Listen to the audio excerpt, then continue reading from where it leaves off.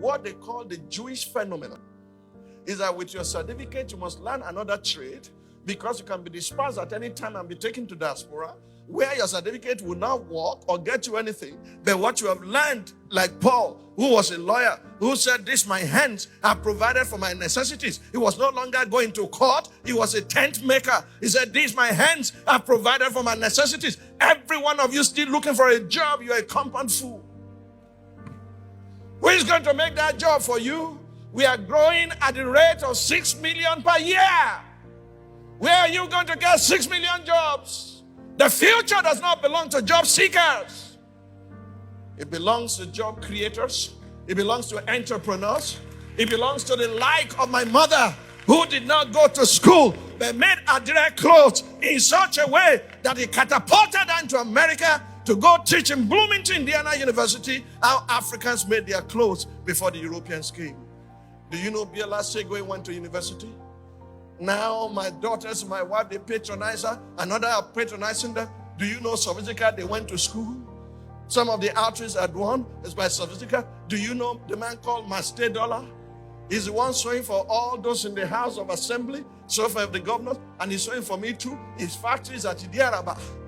All he does there is to sew agbada. If you go to him today and say, "I need this agbada in 2 days," he will get it ready for you without fail. And they are patronizing him home and abroad. He's shipping them abroad. What do you know how to do, rebel?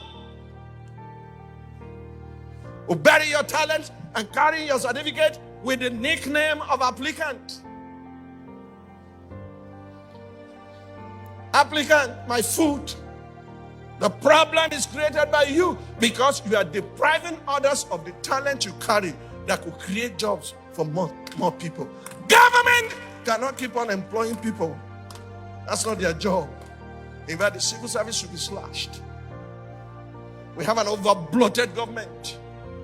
It should be slashed, and let us empower our citizens, introduce them to what they call Jewish phenomenon, so that everyone has a trade. Do you know everyone called by Jesus was either a fisherman or a task? They had something to do. Joseph said to his brothers when they arrived in Egypt, he said, "I'm taking you before Pharaoh tomorrow, and Pharaoh will only ask you one question, not what is your certificate? What diploma did you receive? He will ask you, what is your occupation?" Lazy man that comes to church, and when you are going home, you are asking for money for transportation. What can you do with your hands so you can provide for your family? Who do we need to turn this man around? We need Bezalels and Aholiabs, multi-talented people who are gifted by God, who are creative geniuses, who can then teach others. Do you know how many people employed by Master Dollar? Employed by Sophistica? Do you know how many people are into Nollywood today? Do you know how many have become masters of ceremony and they're earning a living? And you consider those jobs beneath you, but you're still an applicant.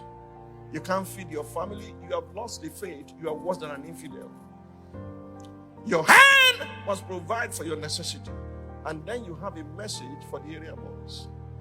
You can teach them, say, "Look at me. See what God has done with my life. He can do same with yours." And they'll begin to listen to you because we are speaking their language.